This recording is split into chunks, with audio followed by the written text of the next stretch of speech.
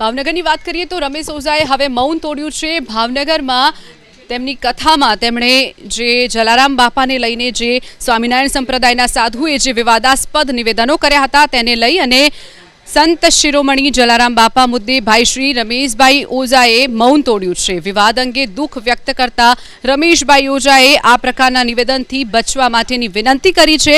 સાથે જ એકબીજાના દેવતાઓને નીચા પાડવા, બીજાને ઉતારી પાડવું તે યોગ્ય ન હોવાની પણ તેમણે વાત કરી। તથ્ય અને સત્ય વચ્ચેનો તફાવત સમજવો પણ જરૂરી હોવાની રમેશભાઈ ઓઝાએ વાત કરી છે। મહિમા કેવો પ્રગટ થાય છે? વાત જે હતી એ તથ્ય હતું, એ તથ્ય હતું, એ તથ્ય છે ઇતિહાસ, પણ પછી એને તમે કેવી રીતે પ્રેઝન્ટ કરો છો એ સત્ય છે, એ મહત્વનું છે। તમે મહિમા કોનો વધારો છો? મહિમા તમે કોનો વધારો? અને નહીં તો મહિમા બેયનો વધારો ને।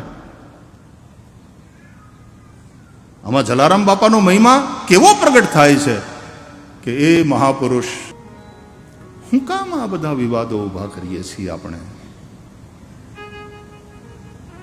ફરીથી હાથ જોડીને પ્રાર્થના, પરસ્પર સદભાવ રાખો। આપણે સનાતનના છીએ,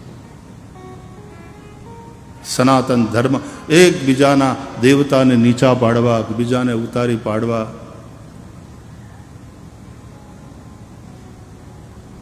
સર્વ હોય તો હું સર્વોપરી કહેવાઉં ને, સર્વ વગર સર્વોપરી ક્યાંથી?